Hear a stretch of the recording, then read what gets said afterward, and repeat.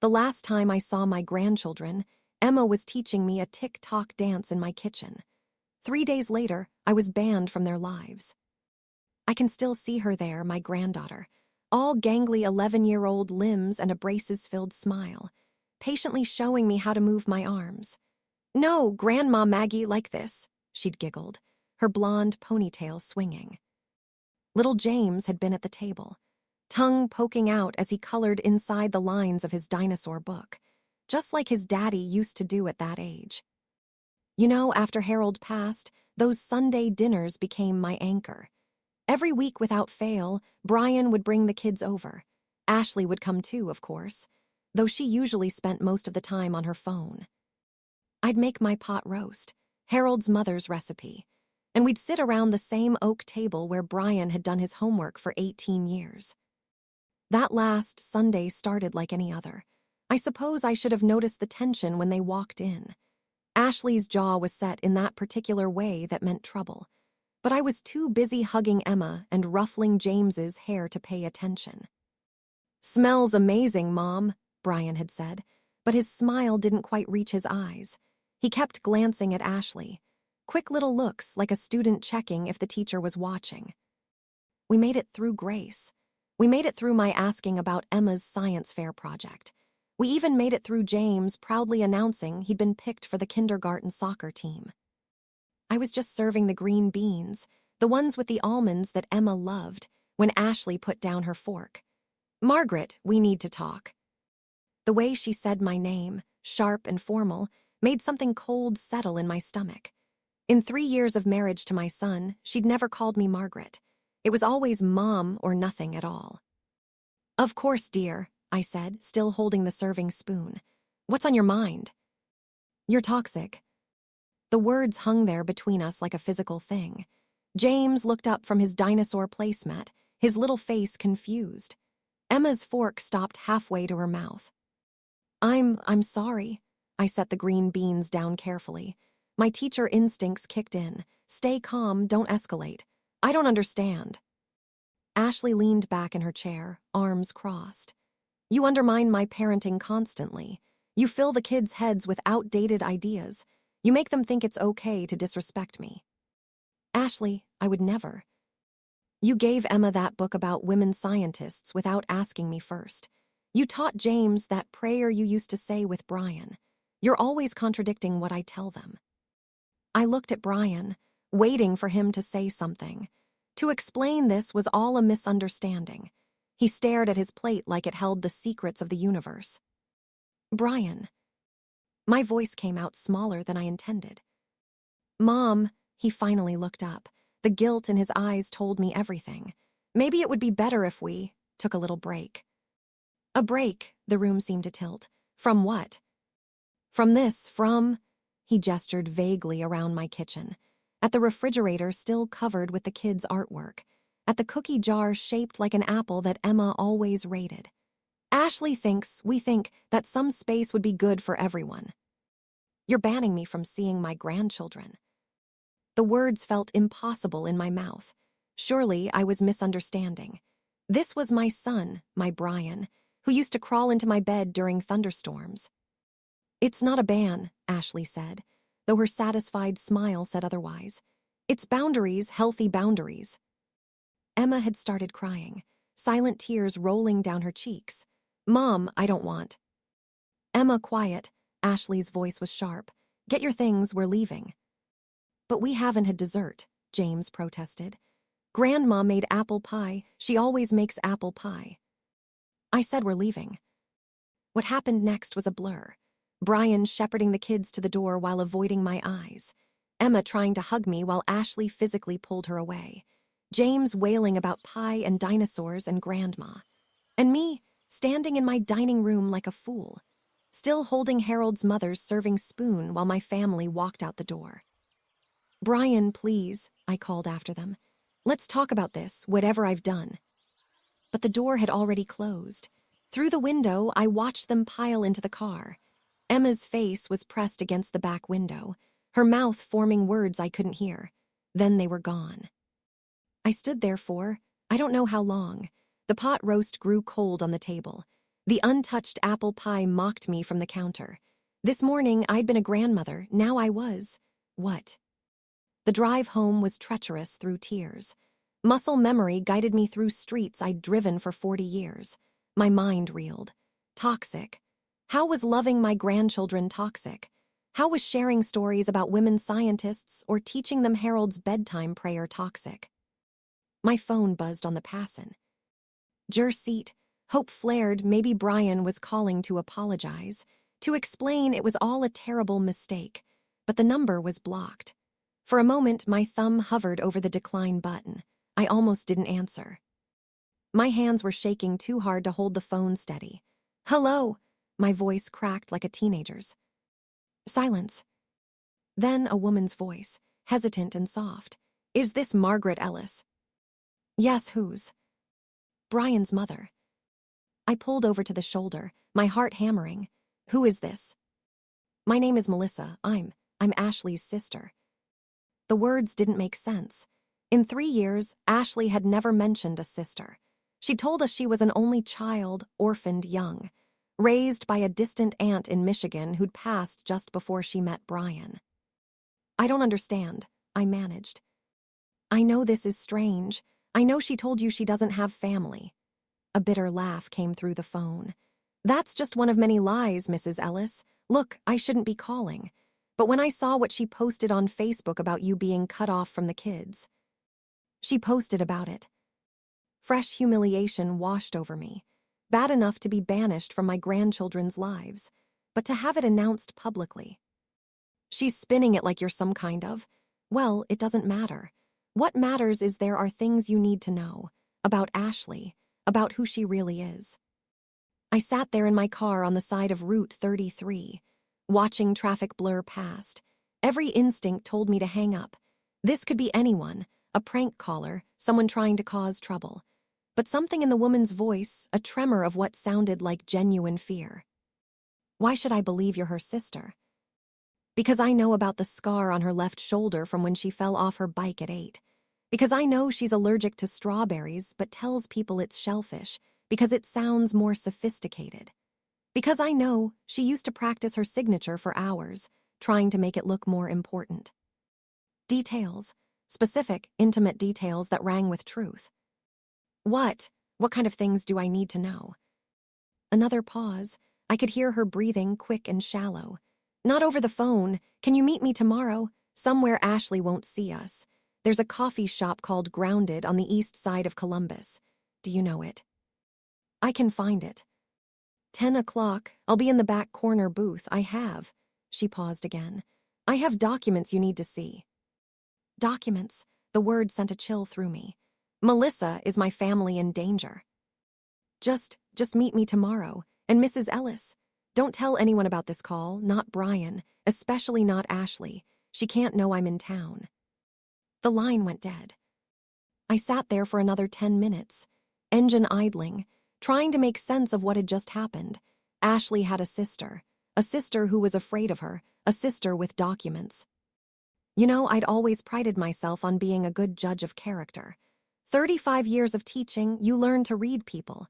But Ashley had always been hard to read, charming when she wanted to be, cold when she didn't think anyone was watching.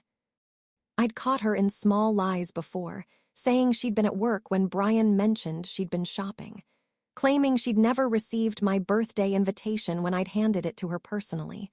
But I dismissed them, made excuses, didn't want to rock the boat, didn't want to be the interfering mother-in-law. Harold would have said something. He'd had a nose for nonsense, could spot a faker from across a room. Trust your gut, Maggie, he used to say. It's smarter than your brain sometimes. My gut had been trying to tell me something about Ashley for 3 years.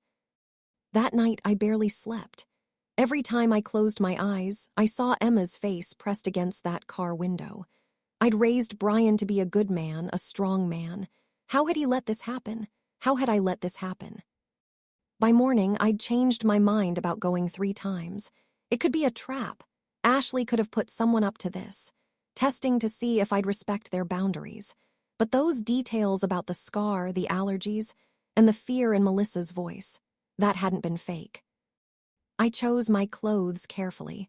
Nothing too formal, didn't want to stand out, but not too casual either. I needed to look like someone you could trust with secrets, someone who could handle whatever those documents contained. The coffee shop was one of those modern places, with exposed brick and Edison bulbs, laptop-wielding students at every table. Not the kind of place I usually went. Good. Less chance of running into anyone I knew. I was 15 minutes early, but I ordered a tea. Coffee would make my hands shake worse, and found a table where I could watch the door. Every woman who walked in made my heart skip. Was that her? That one? How would I even know? But at exactly 10 o'clock, I knew.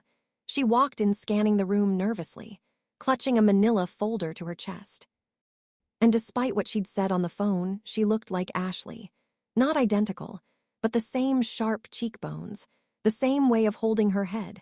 Except where Ashley's eyes were calculating, this woman's were haunted.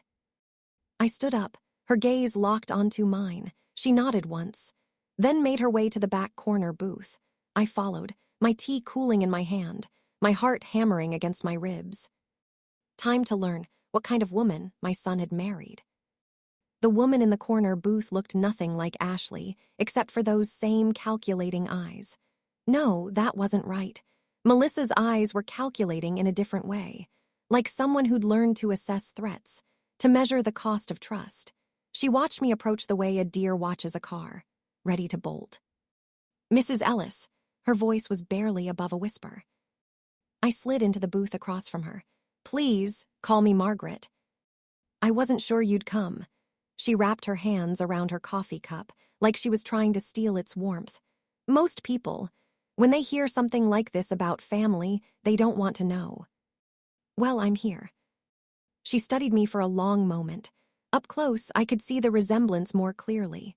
Same nose, same arch to the eyebrows, but where Ashley carried herself with aggressive confidence, Melissa seemed to fold in on herself, making herself smaller.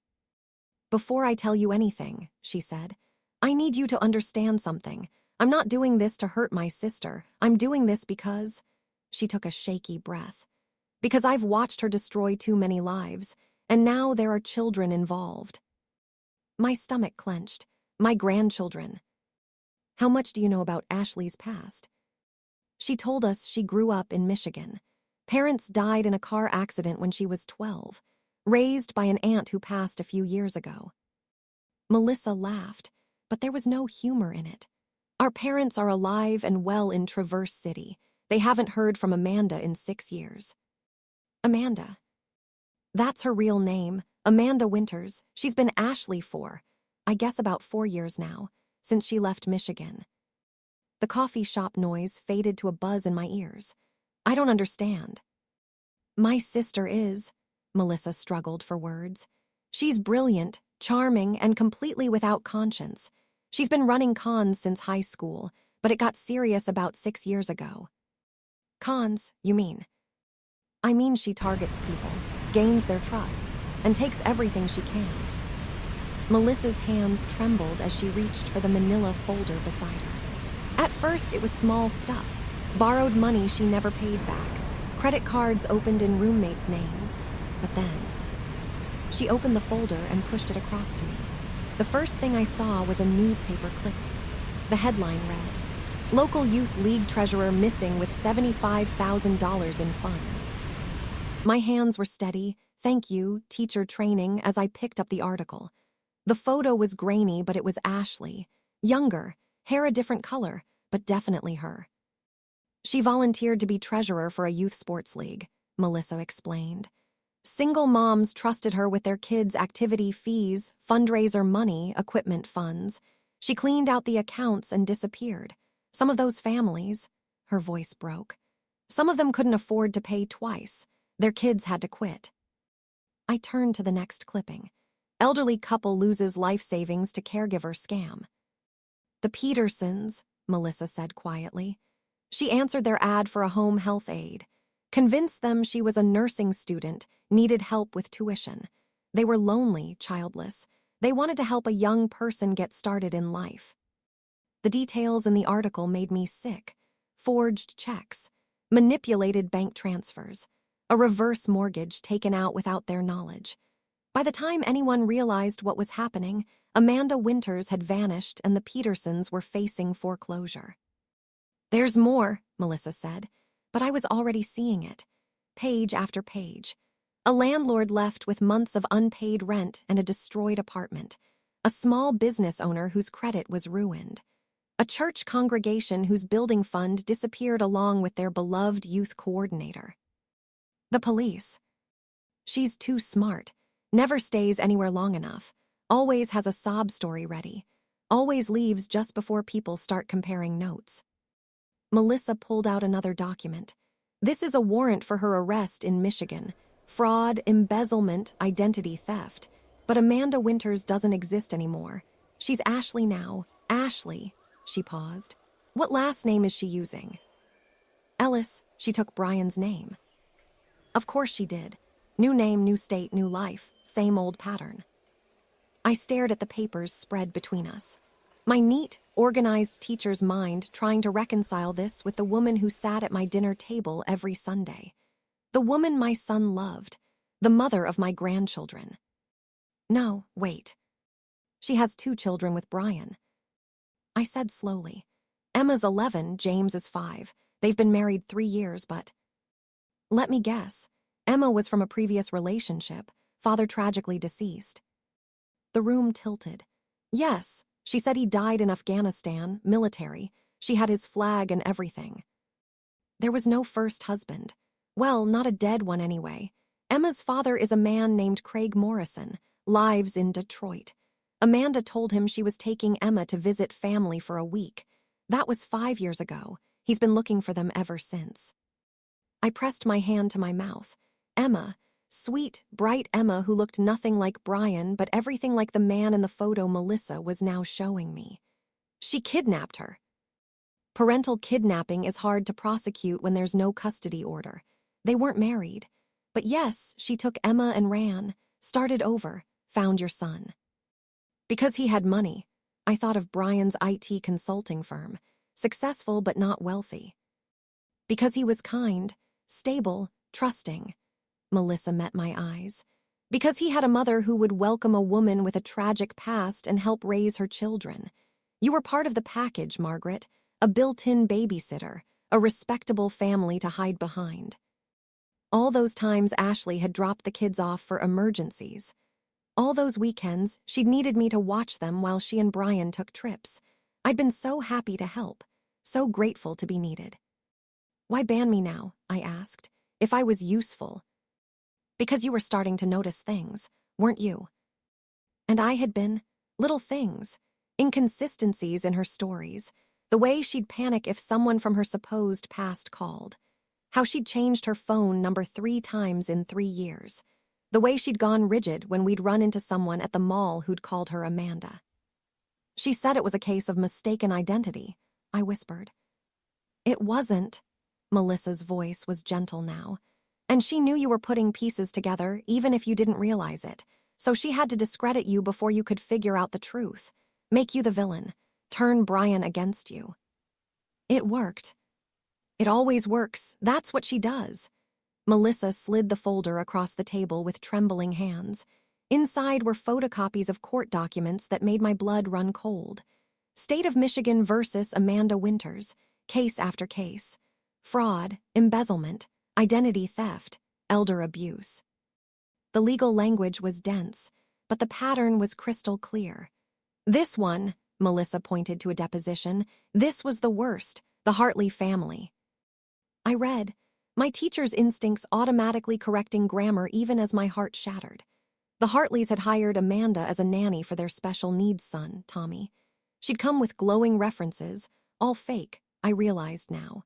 Within 6 months, she'd gained access to Tommy's disability benefits, his medical trust fund. Even convinced the parents to add her to their credit cards for emergencies.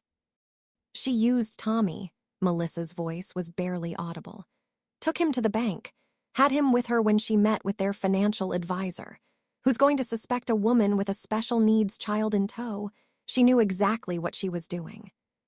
$73,000. That's what she'd stolen from a family already struggling with medical bills. And when they discovered the theft, she disappeared, leaving them a note saying Tommy was too difficult to care for anymore. "The sports league you mentioned," I said, flipping back to those documents. "Tell me about that." Melissa rubbed her eyes. "The Westside Youth Athletics Association, low-income neighborhood. Amanda volunteered to help with fundraising, ended up as treasurer. She was so good with the kids, helped coach the little ones, organized pizza parties. The parents loved her." Of course they did. Just like I'd loved watching her with Emma and James. She knew exactly how to play the devoted mother figure. "She waited until just after their big annual fundraiser," Melissa continued. "Carnival, silent auction, the works. All those families working their tails off selling raffle tickets and donated goods. 75,000 raised in one weekend. It was going to fund the whole year. Uniforms, equipment, field rentals, scholarships for kids who couldn't afford registration fees. And she took it all. Every penny, transferred it out in chunks small enough not to trigger alerts. By the time anyone noticed, she was gone. Half those kids couldn't play that season. The league almost folded." I thought of James in his little soccer uniform. The one I'd helped pay for because Ashley said money was tight. Had that been a con too? "But this," Melissa pulled out another set of papers. "This shows her real pattern. Look at the dates." I studied them. Each con lasted 6 months to 2 years. Each time, children were involved somehow. Each time, she vanished just as people started asking questions. She's been doing this since Emma Waugh. As a baby, I realized, using her own daughter as, a prop. Kids make people trust you, especially single moms. Who's going to suspect a struggling single mother? Melissa's laugh was bitter.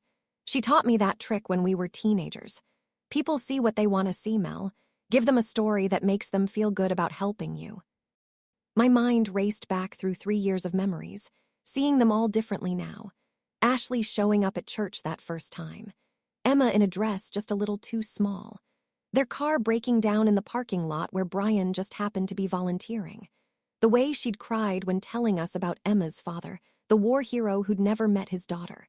How Brian had felt so honored to step into that role. "Your parents," I said suddenly. "You said they're alive, do they know?" "They've tried everything. Private investigators, police.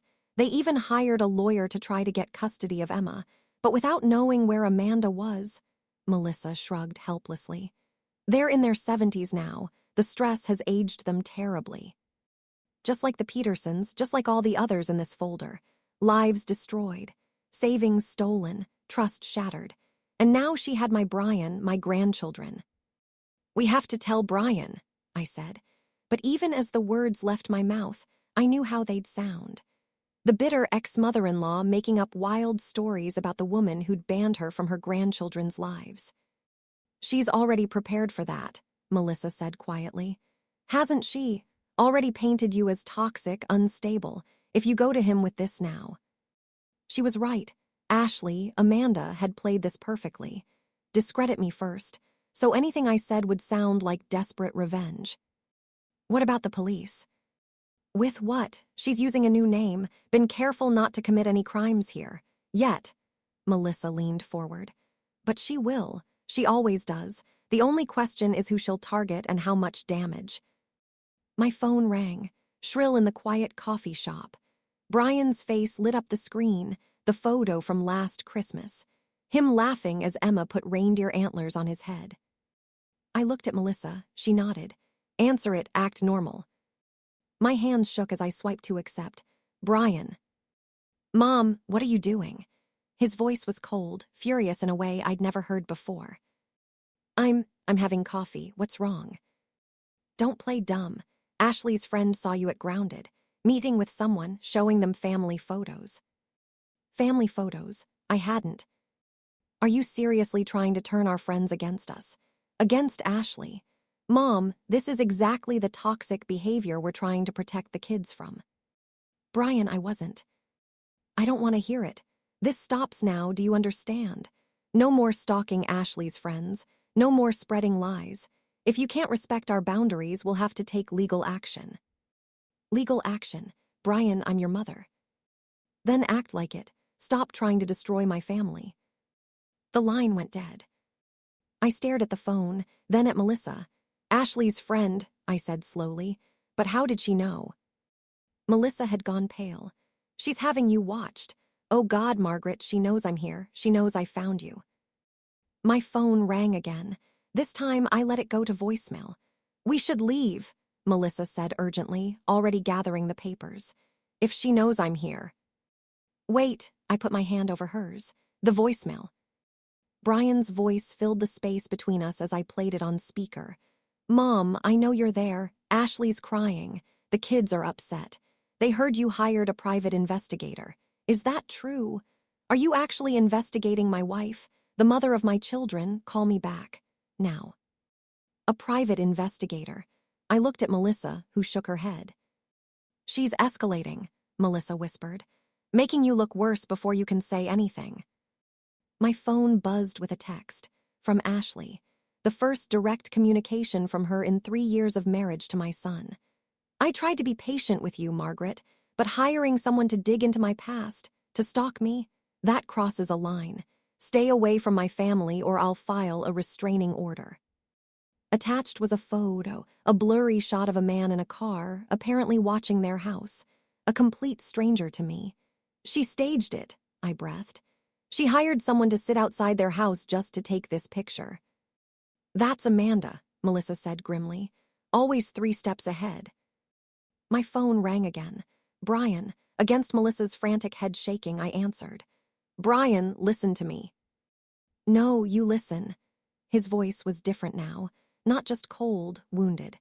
Do you know what Emma asked me tonight? She asked if Grandma hates us now. My daughter thinks you hate her because you're trying to break up our family. I would never. Ashley showed me the emails, Mom, the ones you sent to the investigator, asking him to find dirt on her, offering to pay extra if he could prove she was unfit. What emails? Brian, I never. Stop lying. Gee, the pain in his voice cut through me. I saw them, from your email address, your name, time stamps from when you were home alone. My mind reeled, my email, but how could she? Then I remembered.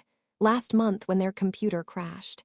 Ashley had asked to use mine to file some urgent insurance paperwork.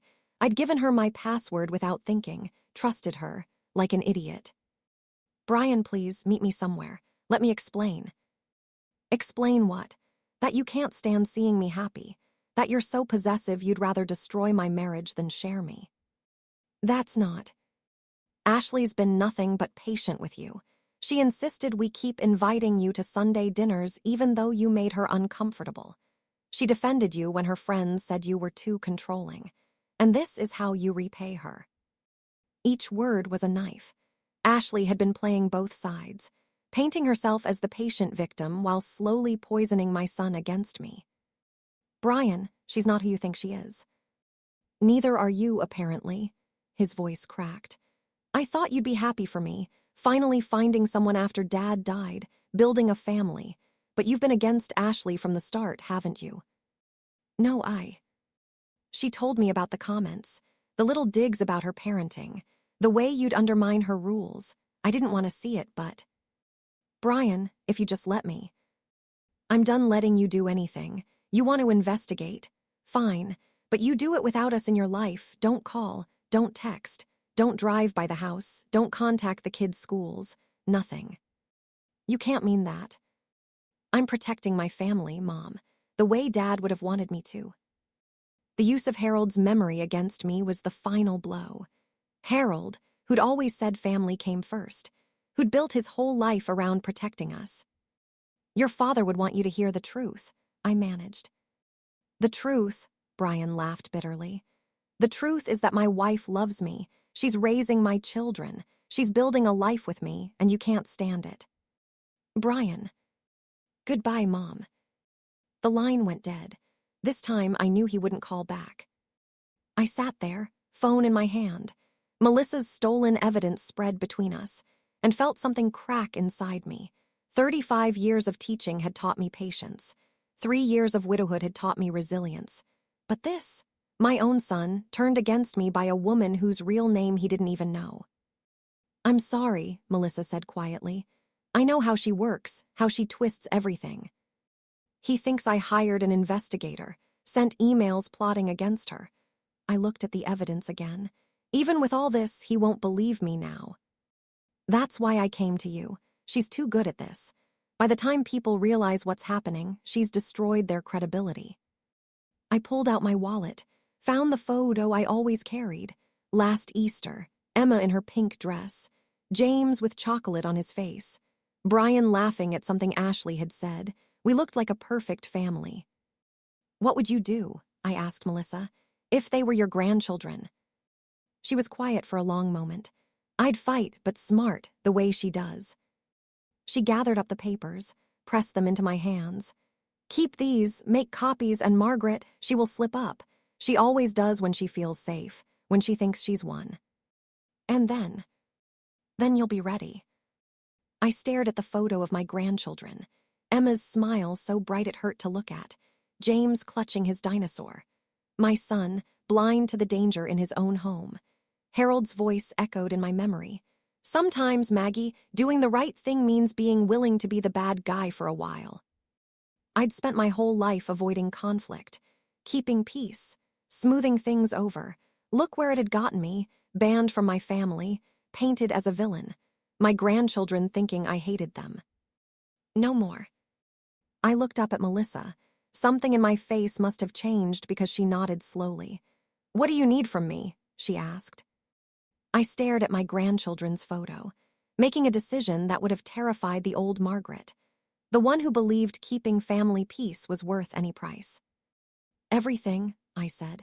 Tell me everything about how she operates, because if I'm going to save my family, I need to learn to think like her. If my son wouldn't listen to words, maybe he'd listen to proof. The next 3 days, I became someone I didn't recognize, methodical, calculating. I suppose 35 years of lesson planning came in handy after all. Melissa had given me contact information for some of Amanda's victims. I worked through them like a curriculum. First was Mrs. Peterson in Traverse City. Her voice over the phone was thin, fragile. But when I mentioned Amanda Winters, it hardened like steel. That girl destroyed us, she said. 47 years of savings, gone. My husband had a stroke 3 months after she disappeared. I still think it was the stress that caused it. Would you be willing to tell your story on record? I asked, my phone ready to capture every word. Honey, I'd shout it from the rooftops if it would stop her from hurting anyone else. One by one, they shared their stories. The Youth League president who'd had to face dozens of furious parents. The landlord who'd found his rental property stripped of copper piping and appliances. Each story added another layer to the portrait of the woman living in my son's house. But it was Craig Morrison, Emma's real father, who broke my heart completely. I haven't seen my baby girl in 5 years, he said, his voice thick. Amanda told me she was taking Emma to see her sick grandmother. 1 week, she said. I kissed my daughter goodbye thinking I'd see her next Sunday. Have you tried? Everything, police, lawyers, private investigators, but Amanda's too smart. New names, new states. By the time I track them down, they're gone again. He paused. Is Emma okay? Is she happy at least? What could I say? That Emma was bright and loving. That she got straight A's and wanted to be a marine biologist. That she called my son Dad and had no idea her real father was searching for her. She's a wonderful girl, I said finally. You should be proud. The sob that came through the phone nearly undid me. I was organizing all these recordings, creating a file that even Brian couldn't ignore, when my neighbor Helen called. Margaret, dear, I thought you should know. That daughter-in-law of yours has been spending a lot of time with Mrs. Patterson lately. Mrs. Patterson, 91 years old, living alone in the big Victorian at the end of our street, sharp as a tack, but lonely since her son moved to California. What do you mean, spending time? Oh, helping with groceries, taking her to appointments. Very sweet, really. Mrs. Patterson's been telling everyone about this wonderful investment opportunity Ashley told her about. Something about cryptocurrency. I don't understand these modern things, but apparently Ashley's going to help her triple her money. The blood drained from my face. When did this start? About 2 weeks ago. Right after. Well, right after that unfortunate business with you being banned from seeing the grandchildren. We all thought it was lovely that Ashley was being so kind to Mrs. Patterson despite the family troubles. 2 weeks. Right after she'd isolated me. Right after she'd made sure I couldn't warn anyone without sounding like a vindictive mother-in-law. Helen, is Ashley there now? I don't know, dear. Why? But I was already grabbing my keys. Mrs. Patterson had inherited a fortune from her late husband's manufacturing business. She lived modestly, but everyone knew she was worth millions, the perfect target for someone like Amanda Winters. I drove the 3 blocks faster than was safe, my mind racing. How could I warn Mrs. Patterson without sounding crazy? The banned grandmother spreading lies about her son's wife. Who would believe that? But then I saw Ashley's silver Honda in Mrs. Patterson's driveway. Something in me snapped. Not again. She would not destroy another elderly couple. Not in my neighborhood. Not while I could stop it. I pulled over a block away, trying to think. If I burst in, Ashley would spin it as harassment. She'd probably call the police, file that restraining order she'd threatened. But if I did nothing... My phone buzzed. A text from an unknown number. I almost ignored it. Then saw the preview. This is Craig Morrison. Please, any photos of Emma? Photos? My phone was full of them. 3 years of birthdays, Christmases, Sunday dinners. Evidence that Ashley had been living as Brian's wife while a father in Michigan grieved for his stolen daughter. That's when the idea hit me. Ashley had created false evidence to frame me. But what if I had real evidence? What if I could document what she was doing right now before she could spin it? I pulled out my phone and started recording, narrating quietly as I walked toward Mrs. Patterson's house. This is Margaret Ellis. It's Thursday, October 12th, 2:47 p.m. I'm approaching the home of Mrs. Alina Patterson after being informed that my daughter-in-law, who I now know is really Amanda Winters, has been cultivating a relationship with her. Given Amanda's history of elder financial abuse. I could see them through the front window, Ashley sitting close to Mrs. Patterson on the sofa, papers spread on the coffee table. Mrs. Patterson was signing something, her hand shaky but determined. My heart hammered as I recorded through the window. This was probably illegal, definitely unethical, but Mrs. Patterson was about to lose everything, and I was the only one who knew it. Ashley stood, folding the papers carefully. She was smiling. That same warm smile she'd given me the first time Brian brought her home. The smile that hid a calculator where her heart should be. She turned toward the window. I ducked. Heart pounding, had she seen me? I pressed against the side of the house, phone still recording, waiting. The front door opened. I heard Ashley's voice, sweet as honey. Don't you worry about a thing, Mrs. P. I'll take care of everything. In 6 months, you'll have enough to leave a real legacy for that son of yours. 6 months, the same timeline as every other con. You're such a dear, Mrs. Patterson's voice was grateful, trusting. I don't know what I'd do without you, especially with all this family drama you're dealing with. That mother-in-law of yours must be quite difficult. Oh, she is, Ashley said. There was something in her voice that made my skin crawl. But don't worry, she won't be a problem much longer. A threat, or just confidence that she'd neutralized me. I stayed frozen until I heard the car door slam. The engine start. But as Ashley's Honda backed out of the driveway, I made a crucial mistake. I stepped out from beside the house, phone still in hand, still recording. Our eyes met through her windshield. For just a moment the mask slipped. The warm, caring daughter-in-law vanished, and I saw Amanda Winters, the real woman, the predator. Then she smiled, gave a little wave, and drove away. My phone buzzed. A text from Brian. Mom, we need to talk. Ashley just told me you were stalking Mrs. Patterson. This has to stop. I looked back at Mrs. Patterson's house, then at my phone still recording, then at Ashley's car disappearing around the corner. No, Brian, this was just getting started. I ran for my car, hitting Melissa's number as I went, because I'd just realized something. Ashley wasn't just targeting Mrs. Patterson for money. She was setting up her exit strategy. And when Amanda Winters exited, she always left destruction in her wake. Melissa, it's Margaret. She's making her move. And I think we're running out of time. I threw the car in gear, racing toward Mrs. Patterson's house as I spotted Ashley's car in the driveway. I burst through the front door to find Ashley's hand on Mrs. Patterson's checkbook. Margaret! Mrs. Patterson looked up from her kitchen table, startled. Dear, what are you? Don't write that check. The words came out harder than I'd ever spoken to anyone. Please, Mrs. Patterson, don't give her any money. Ashley's mask didn't slip this time. If anything, it became more perfect, more concerned. Margaret, you're scaring Mrs. Patterson. I think you should leave. I'm not going anywhere. Something in my voice must have been different. Ashley actually took a step back. For 35 years, I'd managed classrooms full of unruly children with quiet authority. But this wasn't about keeping peace anymore. Mrs. Patterson, I said, not taking my eyes off Ashley. This woman is not who she says she is. Her name isn't Ashley Ellis. It's Amanda Winters. She's wanted in Michigan for fraud, embezzlement, and elder abuse. That's ridiculous, Ashley said, but her hand tightened on the checkbook. Mrs. P., this is exactly what Brian warned me about. His mother's having some kind of breakdown. She's been stalking me, hiring investigators. I have proof. I pulled out my phone, found Craig Morrison's number.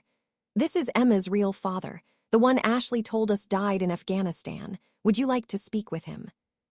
For the first time since I'd known her, Ashley went completely still. You're confused, Margaret, she said slowly. Grief does strange things to people, losing Harold and now feeling like you're losing Brian. Don't you dare speak my husband's name. The rage that flooded through me was clean, pure.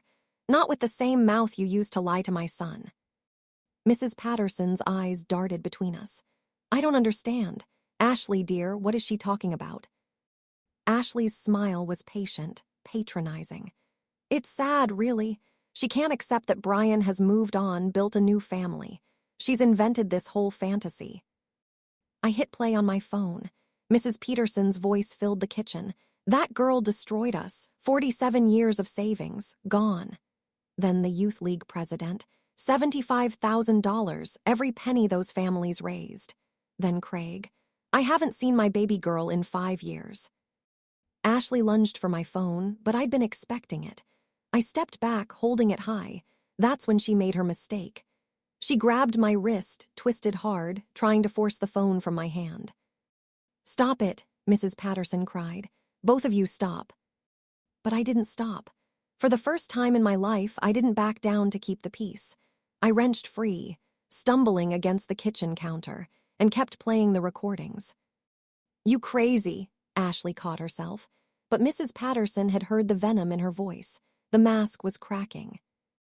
Ashley, Mrs. Patterson's voice was small, confused. Why are these people saying these things? Because she paid them to. Ashley's composure was fracturing. She's obsessed, can't you see that? She hired actors, created fake recordings. Then you won't mind if we call the police, I said. Let them sort out what's real and what's fake. Ashley's face went white.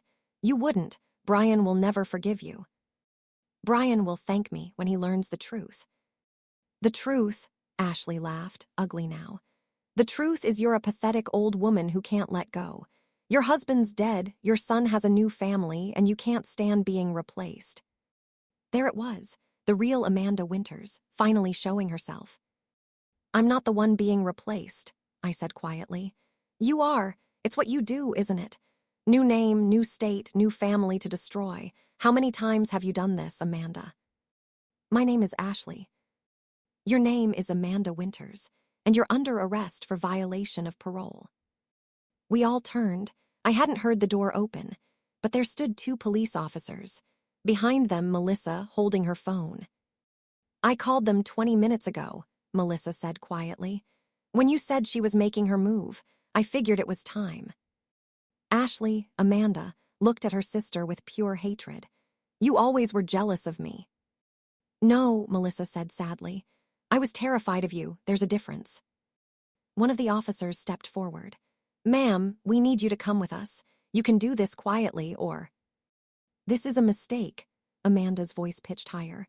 "I'm Ashley Ellis. Call my husband, Brian Ellis, he'll tell you." "We'll be speaking with your husband, ma'am. But right now, you need to come with us." Mrs. Patterson sank into a chair, clutching her checkbook. "I almost gave her $20,000, my grandson's college fund." I knelt beside her, taking her weathered hands in mine. "But you didn't. You're safe. Your money's safe." She seemed so nice, so helpful. Tears rolled down her cheeks. "Just like that young man who tried to sell me those magazines last year. Oh, Margaret, why do they always target old folks like me?" Through the window, I watched the officers guide Amanda to their cruiser. She wasn't going quietly anymore. She was screaming about lawsuits, about her children, about Brian. "My babies," she wailed. "You can't take me from my babies." But I noticed she didn't mention Emma specifically. Just babies. Generic. Like they were props in her performance rather than children she loved. My phone rang. Brian. I almost didn't answer. Then I thought about Emma and James, about to watch their mother arrested, about to have their world shattered. "Brian." "Mom, what did you do?" His voice was broken, disbelieving. "The police are here. They're arresting Ashley. The kids are hysterical. What did you do?" "I saved Mrs. Patterson from losing $20,000, and I found out the truth about your wife." "This is insane. Ashley's not a criminal." "Her name is Amanda Winters, Brian. Emma's real father is alive in Michigan. She's been running cons for 6 years. I have proof of all of it." Silence. "Then, you're lying." "I'm not, and deep down, you know I'm not. All those little things that didn't add up. The way she'd panic when people called her Amanda. The reason she has no family photos, no old friends. You know, Brian, you've always known something wasn't right." Through the phone, I could hear Emma crying. My granddaughter, about to learn her whole life was built on lies. "I have to go," Brian said. "I have to. The kids." "Brian, wait," but he'd hung up. I stood in Mrs. Patterson's kitchen, watching through the window as the police car pulled away. In the distance, more sirens wailed. They'd be going to Brian's house, to search for evidence, to take computers and documents, to destroy the family Ashley had built on a foundation of lies. Had I done the right thing? The old Margaret would have agonized over that question, would have found a way to rationalize keeping quiet, keeping peace. But the old Margaret had let her instincts be silenced for 3 years. The officer looked at the security footage, then at Ashley, then back at me. Mrs. Patterson, bless her heart, had one of those doorbell cameras. Neither Ashley nor I had noticed it, but it had captured everything, Ashley pressuring her to write the check, me bursting in, the physical altercation when she grabbed my wrist. "Mrs. Winters," the officer said. Ashley flinched at the name. "You're currently on parole in Michigan. Were you aware that leaving the state violates the terms of your release?" I had permission," Ashley stammered. "My parole officer." "We've already been in contact with Michigan. You've been listed as absconded for 3 years." 3 years, the exact length of her marriage to my son. That's when Brian's car screeched into Mrs. Patterson's driveway. I could see Emma and James in the backseat, both crying. My heart shattered. Whatever Ashley had done, those children were innocent. Brian jumped out, his face wild with confusion and fear. "What's going on? Ashley, what are they talking about?" "It's a misunderstanding," Ashley said quickly. "Your mother, she's confused them somehow." "Ma'am, please stop talking," the officer warned. But Brian was looking at me now, for the first time in weeks, really seeing me. "Mom, what is this?" "I'm sorry," I said. "I meant it. Sorry it had to happen this way. Sorry he had to learn the truth with his children watching. But Ashley isn't who she told you she was." "That's insane." The second officer had been on his radio. Now he looked up. "Mr. Ellis, we're going to need you to come to the station as well. You're not under arrest, but there are some things we need to discuss. Is there someone who can watch your children?" Brian's face went gray. What? Why would I need someone to watch?" "Dad," Emma's voice from the car was small, scared. What's happening to Mom? That's when Melissa stepped forward. I can watch them. Ashley's head snapped toward her sister. You stay away from my children. They're not all your children, Amanda. Melissa's voice was steady but sad. Emma has a father who's been looking for her for 5 years. The silence that followed was deafening. Even the officers seemed to hold their breath. What? Brian's voice cracked like a teenage boy's. What are you talking about? I pulled out my phone, found the photo Craig Morrison had sent. Him with a baby Emma, unmistakably the same child despite the years between. Emma's father is alive, Brian. His name is Craig Morrison. Ashley took Emma when she fled Michigan. Brian stared at the photo, then at Ashley, then at Emma in the car. You could see his world reshaping itself, puzzle pieces clicking into place. All those times Ashley had been vague about Emma's father, the missing photos, the way she'd changed the subject whenever Emma asked about her dad. Ashley, his voice was pleading, tell them they're wrong, tell them. But Ashley, Amanda had gone silent, her lawyer's mind calculating, perhaps, or maybe just finally out of lies. We need to take her in now, the officer said, not unkindly. Mr. Ellis, about those children. I'll watch them, I said firmly. They're my grandchildren. No, Ashley came alive again. Lunging toward me, the officers had to restrain her. You can't take them. Brian, don't let her take them. But Brian wasn't looking at her anymore. He was looking at Emma, who had pressed her face against the car window. His daughter, no, not his daughter. The child he'd raised as his own, loved as his own, but who belonged to another man. Is James? He couldn't finish the question. James is yours, Melissa said quietly. I made sure. I've been keeping track of Amanda for years. James is your biological son. Small mercies. At least Brian wouldn't lose both children. But Emma... I need to call someone, Brian said faintly. I need a lawyer I don't even know. Call Tom Morrison, I suggested, remembering the attorney who'd helped with Harold's estate. Tell him it's an emergency. The officers were leading Ashley to the patrol car now. She'd stopped fighting, stopped protesting. But as they guided her past the car where the children sat, she called out, Emma, James, Mommy loves you. James wailed louder, but Emma just stared, 11 years old, too smart not to understand that something fundamental had just broken. I went to the car, opened the back door. Come here, sweetheart. Emma fell into my arms, sobbing. Grandma Maggie, why are they taking Mom? What did she do? How do you explain to a child that their entire life has been a lie? That the mother they love is a criminal? That the father they mourned never existed, while their real father has been searching for them? There's been a mistake, I said carefully. Some confusion about your mom's name and where she used to live. But right now, you and James are going to come to my house while Dad sorts things out. Is that okay? But Mom said you weren't allowed at your house anymore. That's changed now. I smoothed her hair back, just like I used to when she was small. Everything's going to be okay. A lie, perhaps, or maybe just hope, because nothing would be okay for a long time. Brian would have to grapple with the betrayal. Emma would have to meet her real father. James would grow up knowing his mother was in prison. The life they'd built was rubble. But they were safe. Mrs. Patterson's money was safe. No more families would be destroyed by Amanda Winters. Mr. Ellis, the officer was gentle but firm. We really need to go. Brian looked lost, standing in Mrs. Patterson's driveway like he didn't know where he was. My son, my brilliant, trusting son, who'd loved a fiction so completely he'd turned against his own mother to protect it. Go, I told him. I've got the kids. We'll be at my house when you're done.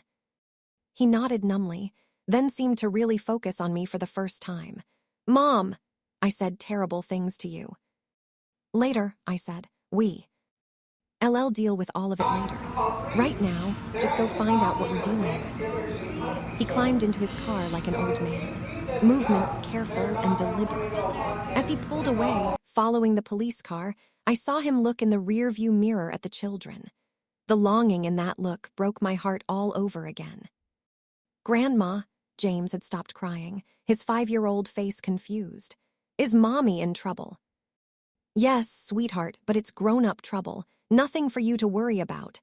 Another lie. He'd worry about this for the rest of his life. I buckled them into my car. Thank goodness I still had the booster seat from before the ban. As I drove toward my house, Emma asked quietly, Grandma, is my real dad actually dead?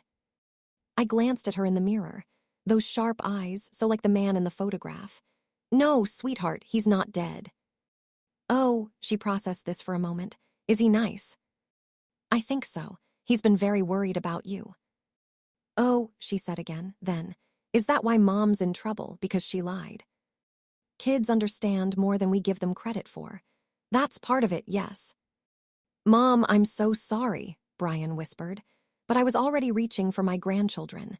It was past midnight. The kids were finally asleep in the guest room, the one I'd kept ready for 3 years just in case. Brian sat at my kitchen table, looking like he'd aged a decade in 6 hours. The coffee in front of him had gone cold, untouched. She's really not coming home, is she? He asked it like a child might ask about a pet that had run away. No, sweetheart, she's not. The police had been thorough. Ashley, I couldn't think of her as Amanda yet, had been charged with parole violation, identity theft, and fraud. Melissa's testimony, combined with the evidence from Michigan, had sealed the case. She'd be extradited within the week. 3 years, Brian said, staring at his hands. 3 years of marriage, and I didn't even know her real name. She was very good at what she did. Don't, his voice was sharp, then immediately softened. I'm sorry, don't make excuses for her. I need to be angry right now. I understood that. Anger was easier than the grief that would come later. How did I not see it? He looked up at me. His eyes were Harold's eyes, full of pain. You saw it, you tried to tell me.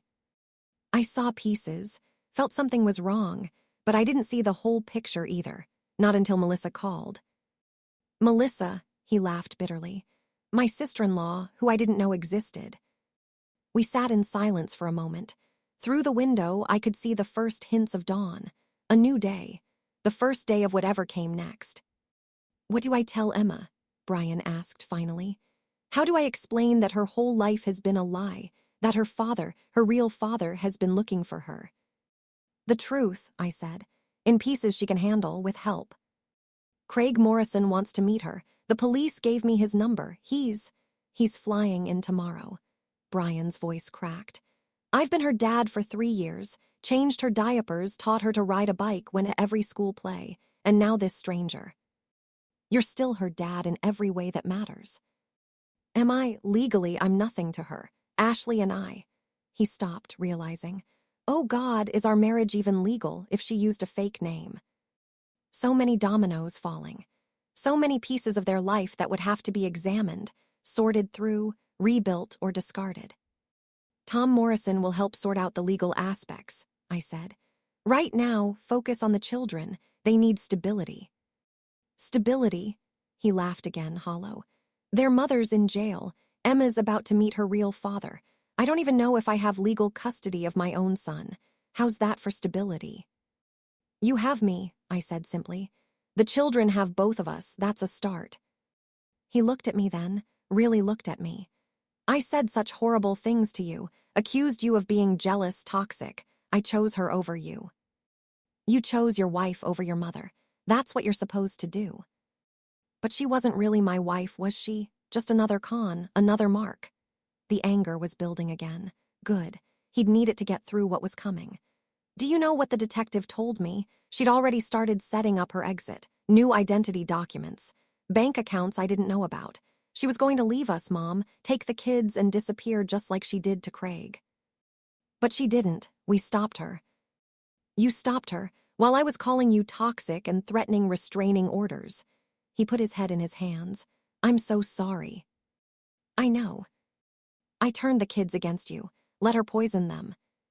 Brian, I reached across the table, took his hands. Stop. The kids never turned against me. Emma cried for me every night. James asked about me constantly. You told me that yourself, remember? When you called to yell at me for stalking them. That wasn't stalking. You were protecting them. IW. As being their grandmother, that's all I've ever wanted to be. A small voice from the doorway. Grandma! Emma stood there in one of my old t-shirts, hair messy from sleep or trying to sleep. Hey, sweetheart, can't sleep. She shook her head, then looked at Brian. Is Mom really not coming back? Brian's face crumbled, but he held it together. No, baby, she's not. Because she lied about her name. Because she hurt people, I said gently, and took things that weren't hers, and yes, because she lied. Emma climbed into my lap like she used to when she was little. She lied about my dad being dead. Yes. Is he mad at me? Oh, sweetheart, no. He's not mad at you at all. He's missed you so much. But I don't remember him. That's not your fault.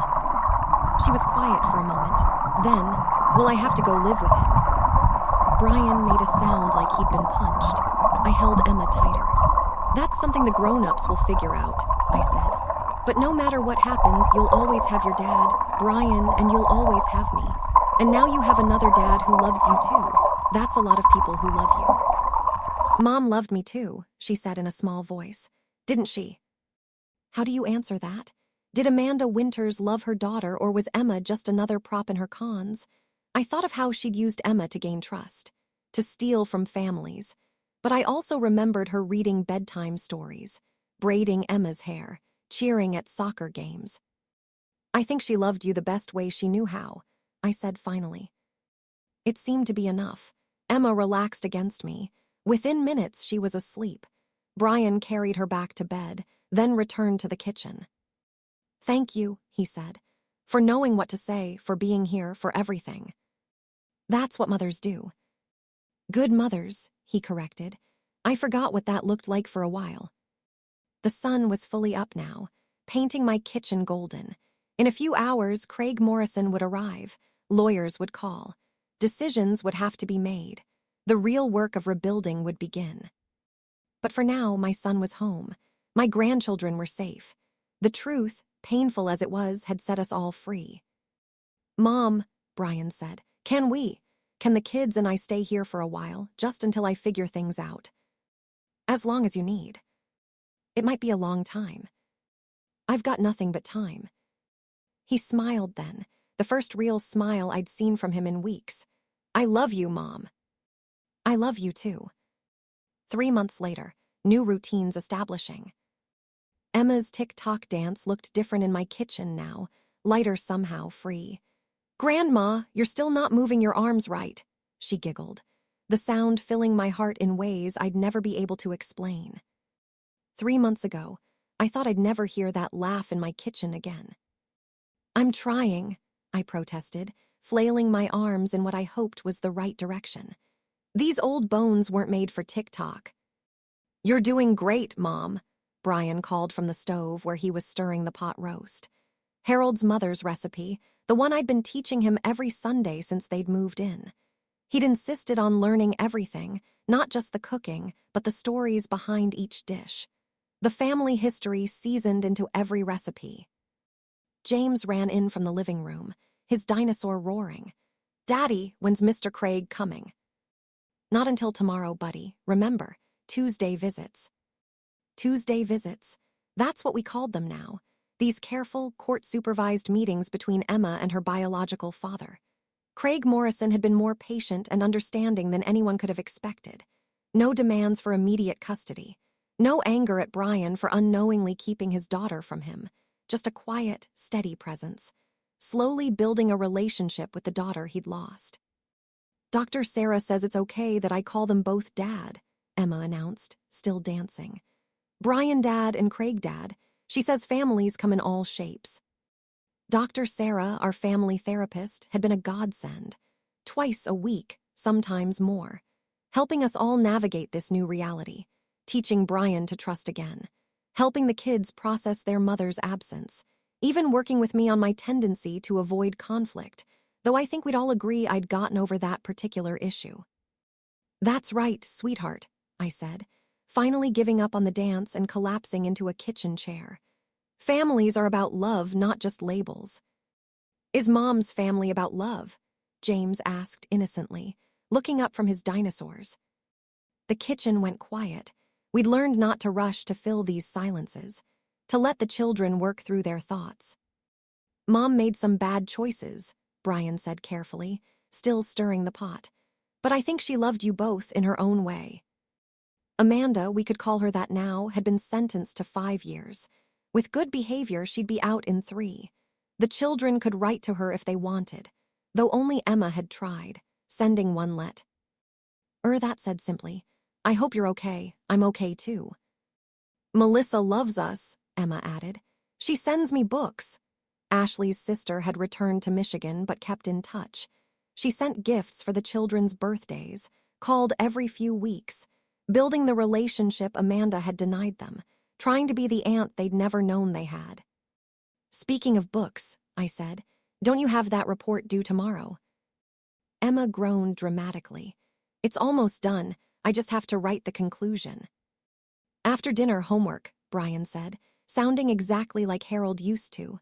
House rules. House rules. We'd had to make new ones, blending 2 households, 2 generations, 2 different styles of parenting, but it was working. Slowly, carefully, it was working. The timer dinged. Brian pulled the roast from the oven. Perfect. Just like Harold used to make it. I felt a pang of bittersweet pride. My husband would have been so pleased to see his son carrying on these traditions. I helped make the carrots, James announced proudly. I cut them all by myself. With supervision, Brian added quickly, catching my look. Very close supervision. We settled around the table, the same one where Ashley had banned me from my grandchildren's lives 6 months ago. But those memories were fading, overwritten by new ones. Family therapy sessions where we all learned to speak our truths. Homework help at this table. Birthday celebrations, Emma's 12th. Both her dads attended and managed to laugh together at her jokes. Small moments rebuilding into something stronger than before. Grandma, Emma said suddenly, I'm sorry we didn't stand up for you when Mom said those mean things. Oh, sweetheart, we should have said something. Dr. Sarah says it's important to speak up when something feels wrong. I reached over, squeezed her hand.